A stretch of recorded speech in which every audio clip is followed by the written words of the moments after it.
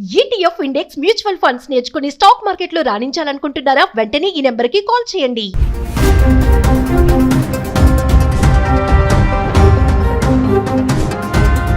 నమస్తే, welcome back to Suman TV. Present మనతో పాటు ఉన్నారు అసిస్టెంట్ ప్రొఫెసర్ అట్ విజేఐఎం రామకృష్ణ గారు. నమస్తే సార్. నమస్కారం అమ్మా. సార్, డొనాల్డ్ ట్రంప్ అమెరికా అధ్యక్షుడు, మరి చాలా వీడియోలో మాట్లాడుకున్నాం. తను తీసుకునే డెసిషన్స్ అన్ని కూడా క్విక్ డెసిషన్ అన్నమాట. తనకి ఏది తోచితే తీసేసుకుంటాడు అనేసి చాలా వీడియోలో మాట్లాడడం, చాలా మంది అనలిస్టులు కూడా చెప్తున్నారు. ఈజ్ అ బిజినెస్ పర్సన్, ఎలాంటి డెసిషన్స్ తీసుకుంటాడో అవన్నీ తారుమారు అయిపోవాలి అనుకుంటాడని. ఇప్పుడు ఏంటంటే మన ఇండియన్ స్టూడెంట్స్ ని అమెరికాలో చదువుకోవడానికి నో ఎంట్రీ అని చెప్పేస్తున్నాడు. పెద్ద షాకే అనుకోవాలి ఇది.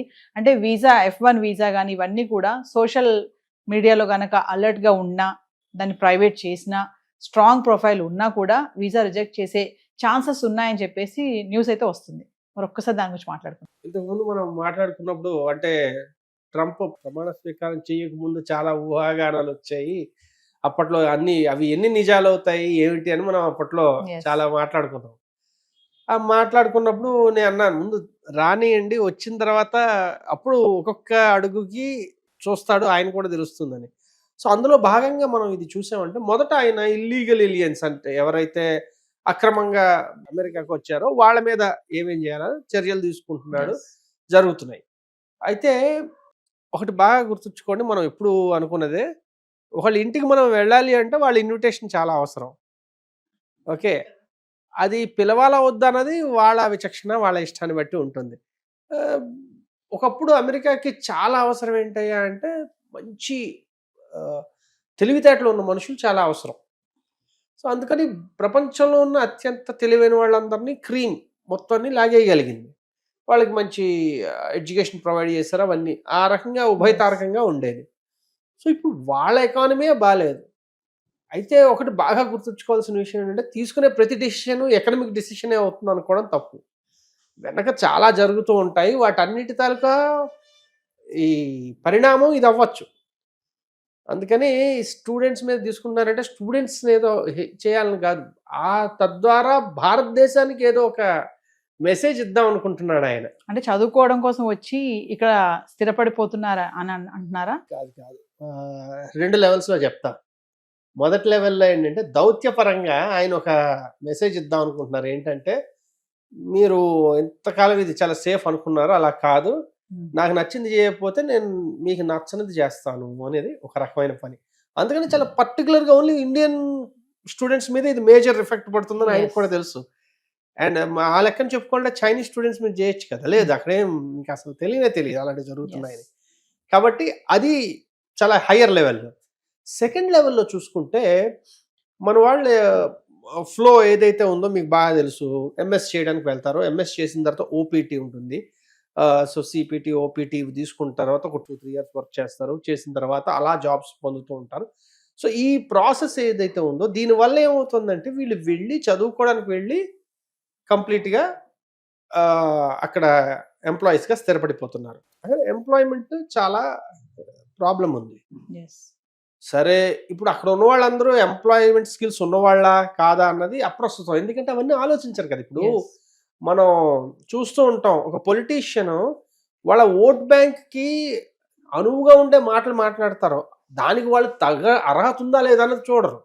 ఇప్పుడు సడన్గా ఇండియా వాళ్ళందరూ వెళ్ళడం మానేస్తే స్టూడెంట్స్, అక్కడ ఉన్న జాబ్స్ అన్ని అమెరికన్స్కి ఇచ్చేయచ్చు అనుకుంటున్నారా?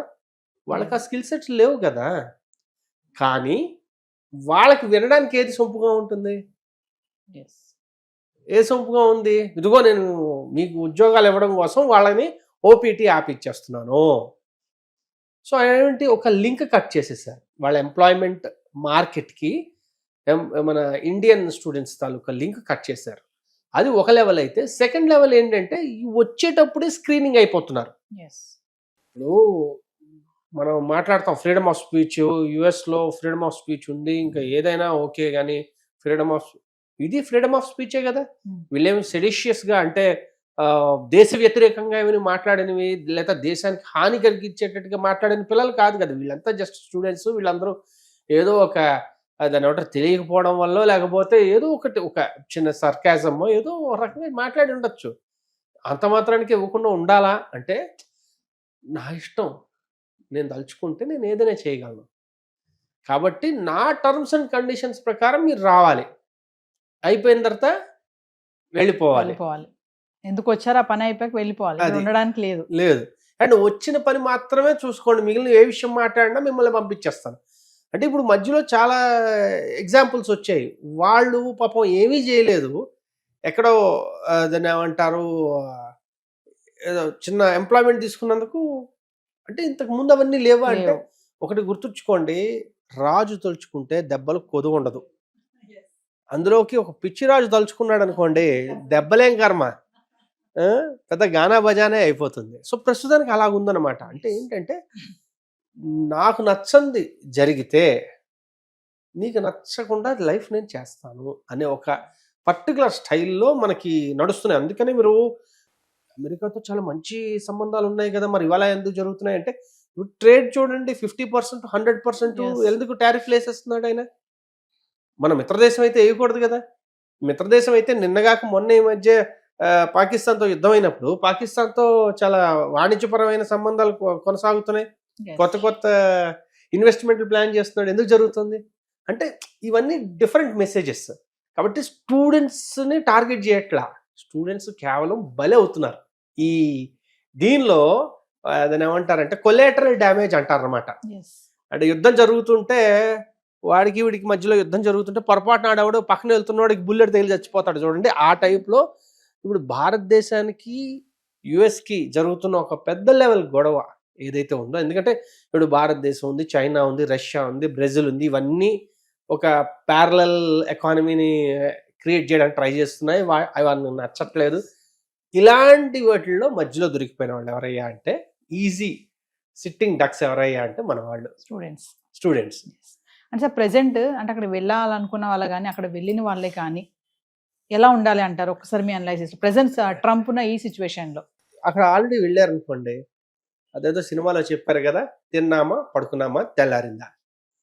ఓకే, బయట పనులు ఏమి చేయొద్దు, ఏ విషయాలు మాట్లాడద్దు, మీ చదువు మీరు చదువుకోండి, వాడు ఉద్యోగం ఇస్తే ఉండండి, లేకపోతే వచ్చేయండి. ఎందుకు, కనీసం బతుకు జీవడాన్ని వెనక్కి రావడానికి అనుకున్న.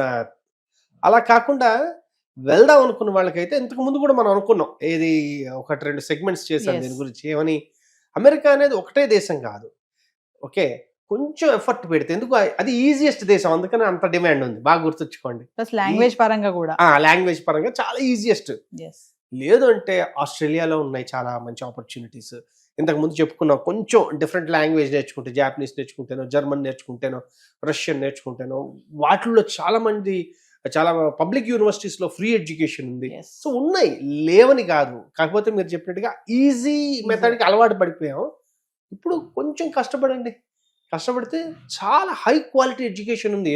నేనేదో దాన్ని అంటారు, వీటన్నిటిని పోల్చుకుంటే మీరు వరల్డ్లో ఒక ర్యాంకింగ్స్ చూసుకుంటే అమెరికన్ యూనివర్సిటీస్ ఎన్ని ఉన్నాయో మిగిలిన దేశాలు, ఇప్పుడు ఇజ్రాయెల్ ఉంది, చిన్న కంట్రీ, మీరు హెబ్రూ నేర్చుకున్నారంటే ఇజ్రాయెల్లో one of the best technological universities ఉన్నాయి.